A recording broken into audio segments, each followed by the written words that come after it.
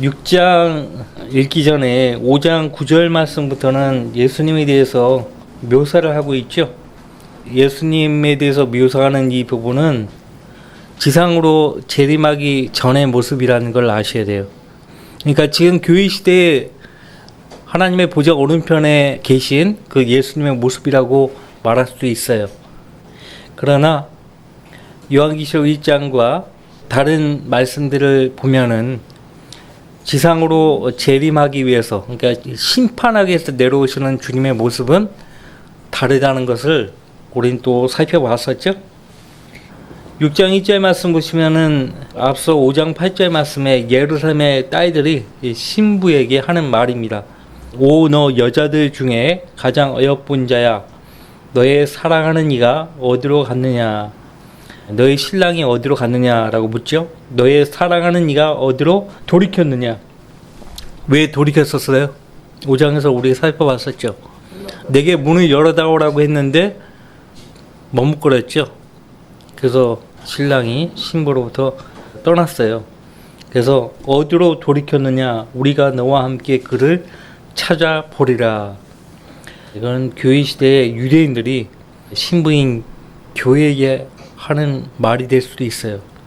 자, 지금도 유대인들 복음을 통해서 주님께 돌아오죠. 많지는 않지만 바울사도 당시만 해도 은혜의 선택하심에 따라 남은 자들이 있느니라 그렇게 말한 적 있죠. 은혜의 선택하심에 따라 남은 자들이 있느니라. 그 말은 뭐냐면 바울사들을 통해서 전파된 은혜의 복음, 구원의 복음이 증거되었을 때 그때도 유대인들이 그 복음을 통해서 하나님께 돌아왔었거든요.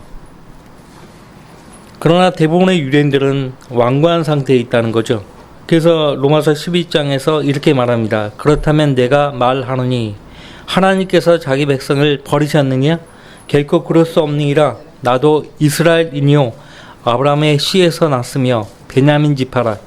하나님께서 미리 하신 자기 백성을 버리지 아니하셨느니라. 그러므로 이와 같이 지금도 은혜의 선택하심에 따라 남은 자가 있느니라. 남은 자가 있대요.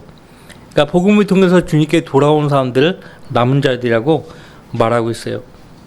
그러니까 이 시대의 유대인들이 주님을 찾기를 원하면 누구나 찾을 수 있다는 거죠. 누구나 찾을 수 있고 그들 입장에서는 누구를 만나면 나에게 그리스도를 쉽게 알려줄 수 있겠는가? 바로 구원받은 그리스도인들이에요. 구원받은 그리스도인들을 만나면 지금 유대인들은 복음을 통해서 우리처럼 구원받을 수 있어요. 실질적으로 그리스도인 유대인들이 많아요. 펠릭스 맨델스 존이라고 들어보셨어요? 작곡가? 그 유대인, 그리스도인 유대인. 그 다음 빅토리아 여왕 때 영국 총리로 있었던 벤자민 디즈레일리라는 분도 그리스도인 유대인이에요. 그 다음에 러시아계 유대인 하이먼 애플만이라고, 그분도 유대인이에요. 러시아계 유대인. 그 복음을 통해서 구원받고 완전히 변했어요. 그분도 변호사였다고 하더라고요. 1900년대 이분도 미국 사회에 엄청나게 많은 사람들을 주님께 인도한 사람이에요. 하이먼 애플만. 구원받은 유대인이에요. 그 유대인이면서 구원받은 분이 그 미국에서요 국제 유대인 선교회를 세워가지고 유대인들에게 복음을 전하고 있어요. 야코프 가르텐 하우스라고 하는 분이에요. 국제 유대인 선교회를 세워가지고 유대인들에게 복음을 전하고 있죠. 그 다음에 왜 올해는 지금이 마지막 때라고 알고 있는가? 그 책을 쓴 노아 허친슨, 그분도 구원받은 유대인 그리스도인이에요. 구원받은 유대인 그리스도인이 굉장히 많습니다. 이어서 보면 2절 말씀, 나의 사랑하는 이는, 이제 신부가 예루살렘의 딸들을 향해서 말하죠. 나의 사랑하는 이는 그의 동산으로 내려가 향료들의 밭에 이르러 동산들에서 양떼를 먹이고 백합꽃을 거두는 도다. 일을 하고 있다는 거죠. 일을 하고 계세요. 그러니까 6장 4절부터는 어린 양의 혼인식이고 6장 3절까지는 교회 시대예요.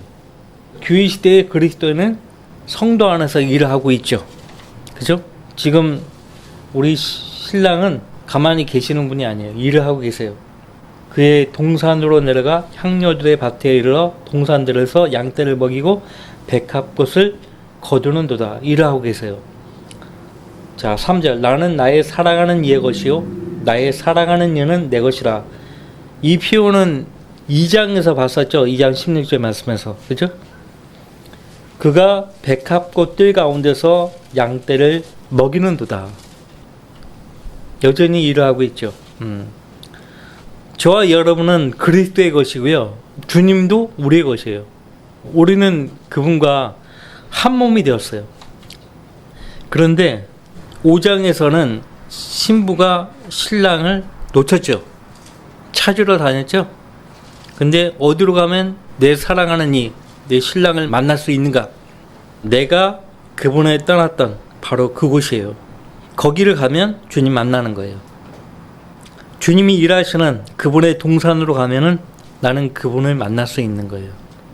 주님이 계신, 주님이 일을 하시는 바로 그곳을 찾아가면 주님 만나는 거예요. 내가 교제를 잃어버렸던 그곳으로 돌아가면 만나는 거예요. 그래서 사도 요한이요, 계시록 2장 5절 말씀에서 이렇게 말하죠. 어디서 떨어졌는지를 기억하고 회개하며 너는 처음 이들을 행하라. 어디에서 떨어졌는지를 기억하라. 근데 내 편에서는 기억을 못하는데 기도하는 거죠.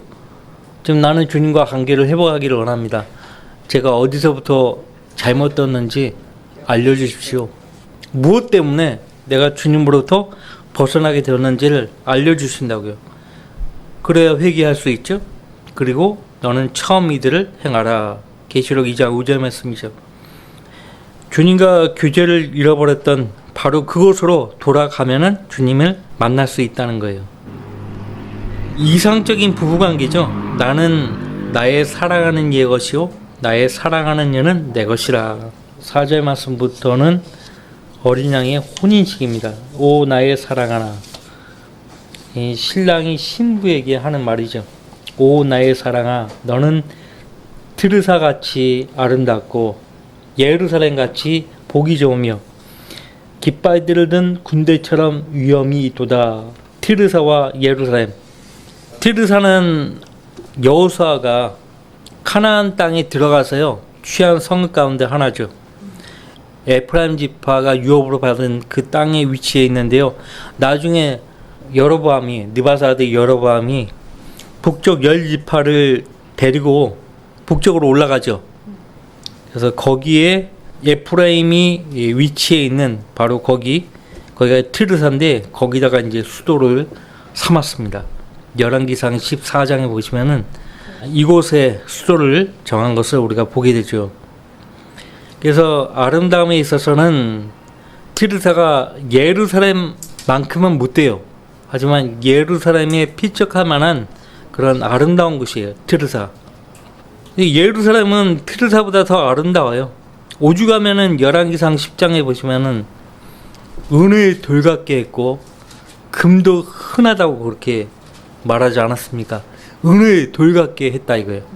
은이 돌처럼 많았고 금은 더더욱 흔했다 이거예요. 그래서 멀리서 다윗의 궁을 보면 전부 그냥 금으로 도배가 돼 있어서 또 은도 그냥 돌처럼 흔해가지고 그냥 번쩍번쩍 빛나는 거야. 번쩍번쩍.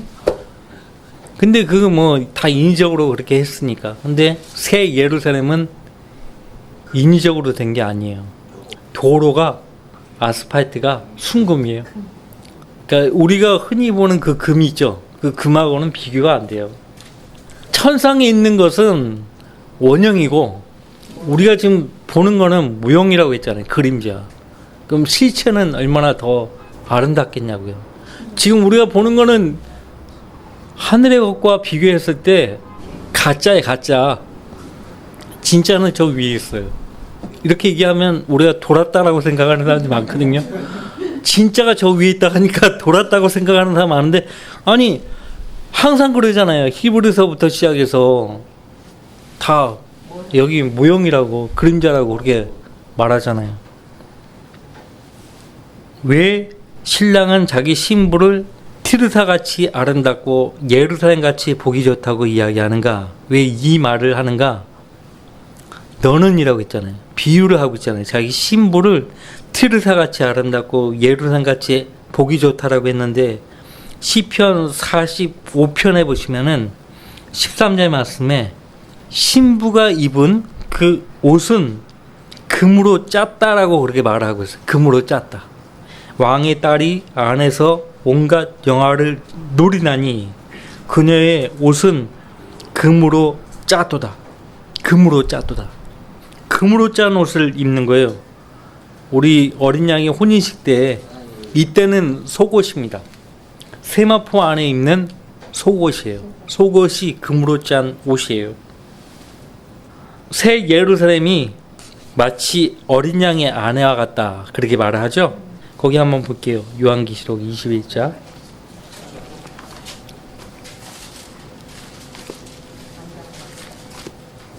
새 예루살렘이 성경에서 정의하기를 신부를 보여주겠다라고 했는데요. 그 새 예루살렘이에요.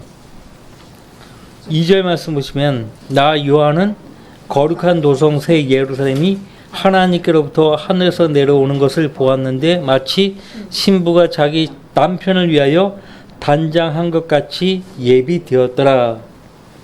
마치라고 했죠? 근데 그냥 단순한 비유가 아니에요. 거룩한 도성 새 예루살렘을 신부에 그냥 비유한 것처럼 보이잖아요. 근데요, 9절 말씀 보시면 끝부분에 보시면 이리 오라 내가 너에게 신부인 어린 양의 안대를 보여주리라 하고 그가 영 안에서 나를 이끌어 크고 높은 산으로 가서 그 큰 도성 거룩한 예루살렘이 하나님께로부터 하늘에서 내려가는 것을 내게 보여주니 어린 양의 아내를 보여주겠다고 하면서 10절에 그 큰 도성 거룩한 예루살렘이 새 예루살렘은 어린 양의 아내예요. 신부란 말이에요. 우리 몸을 하나님께서 자신의 거처로 삼으셨죠. 이제 영원 때는 하나님과 우리 신부가 성도들이 영원히 함께 사는 곳이 바로 어린 양의 아내이자 새 예루살렘이에요.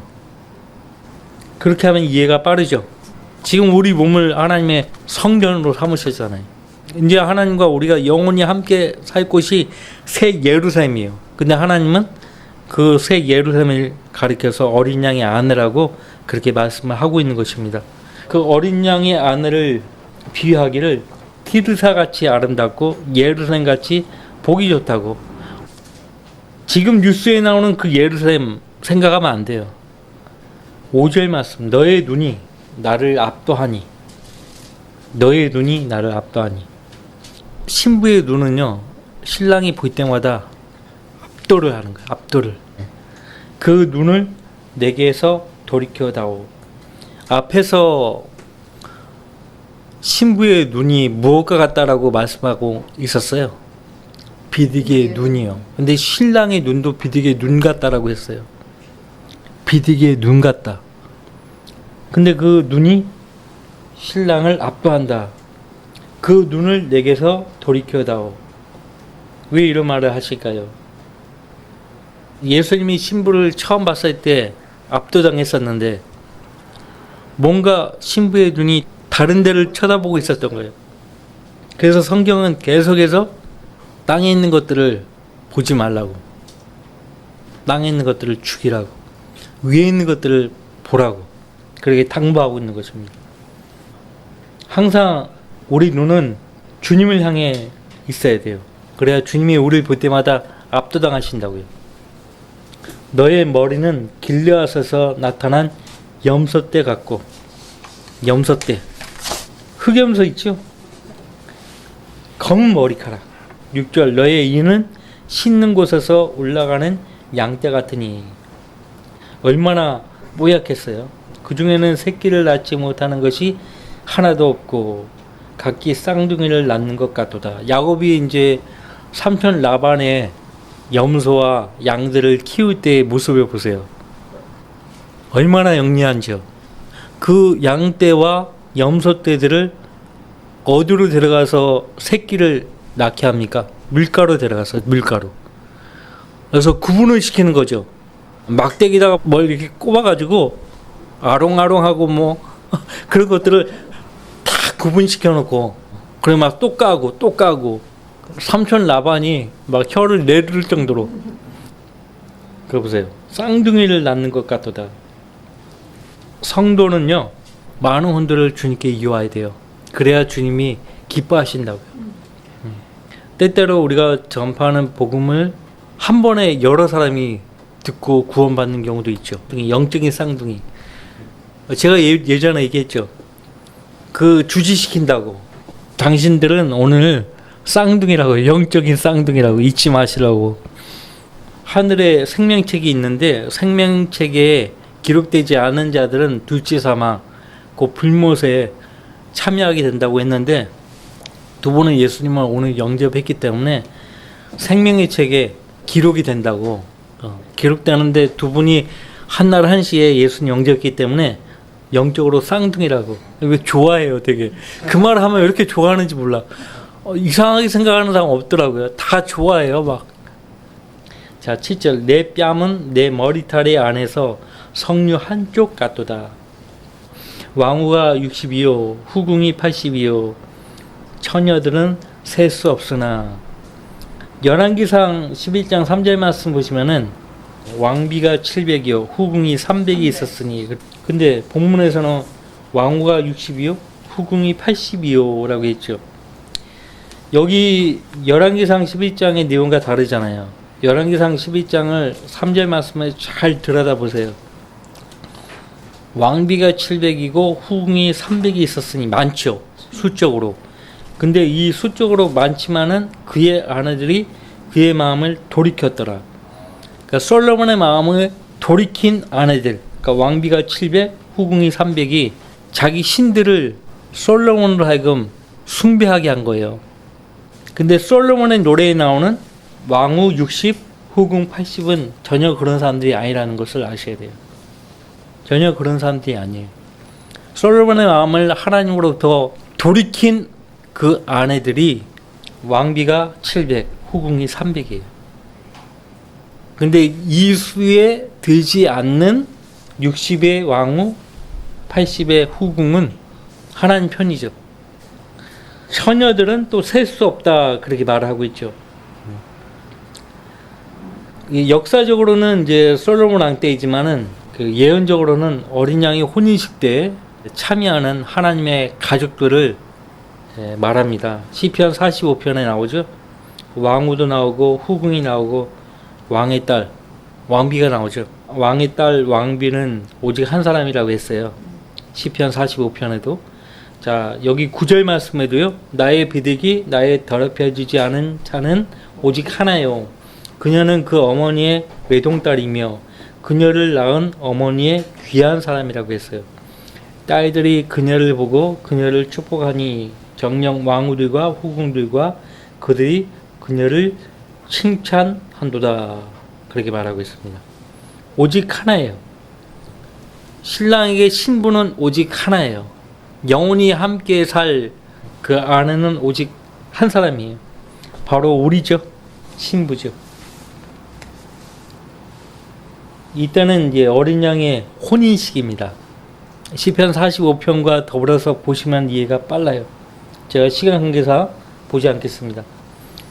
자, 근데 거기 4절 말씀에 깃발들을 둔 군대처럼 위험이 있다라고 했죠. 교인 신부가 깃발들을 둔 군대처럼 위험이 있다. 그래서 이제 어린 양의 혼인식을 마치고 이제 예수님과 함께 내려오면 올해 이제 군대로 내려오는 거예요. 요에서 2장에 잘 나오지 않습니까?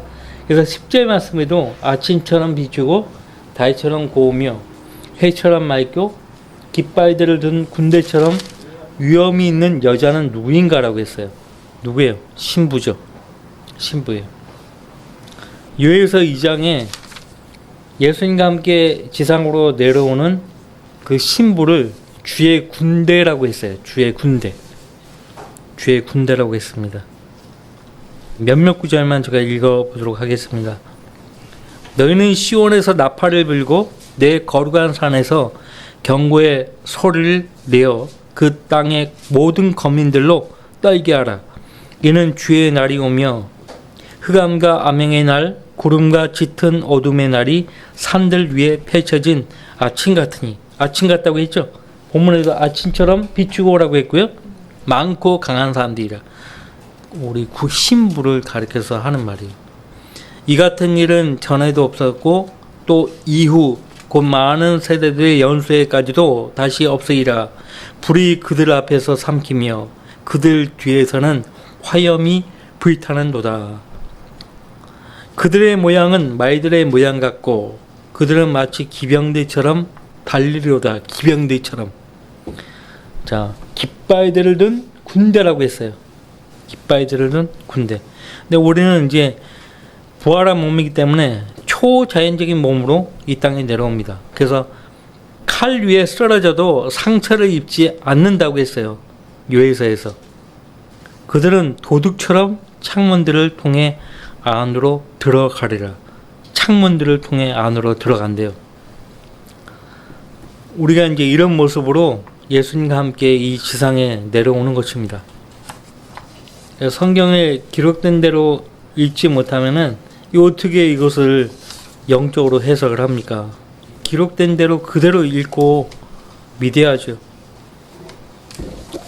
다시 솔로몬의 노래 6장으로 오셔가지고 11절 말씀 보시면 내가 골짜기의 열매들을 보려고 또 포도 넝쿨이 무성한지 석류나무가 싹이 났는지 보려고 호두나무 동산으로 내려갔도다. 내가 지금까지 알았던가 내 혼이 나를 암미 나디비의 병거디같이 만들었도다. 돌아오라 돌아오라 오 술렘 여인아 돌아오라 돌아오라 우리가 너를 보리라. 너희는 술렘 여인에게서 무엇을 보느냐? 그것은 마치 두 군대를 합친 것 같도다. 돌아오라 한 번으로 말하지 않고 두 번 강조하고 있죠. 돌아오라 돌아오라. 왜냐하면 두 군대를 향해서 하는 말이기 때문에 그래요. 술렘 여인을 두 군대를 합친 것 같다라고 그렇게 말을 하고 있어요. 두 군대를 합친 것 같다. 그러니까 우리가 이 예수님과 함께 지상으로 내려올 때 사실상 우리만 내려오는 게 아니냐. 좀 어려운 부분이에요. 그냥 일관되게 신부만 언급하면 좋은데 자꾸 두 군대가 나오고 그러니까 어렵죠. 근데 성경을 전체적으로 공부하면 특히 요한계시록을 잘 공부하면 이해될 수 있는 부분이에요. 자, 그러면 솔로몬의 노래 7장은 다음 주에 이어서 공부하도록 하죠.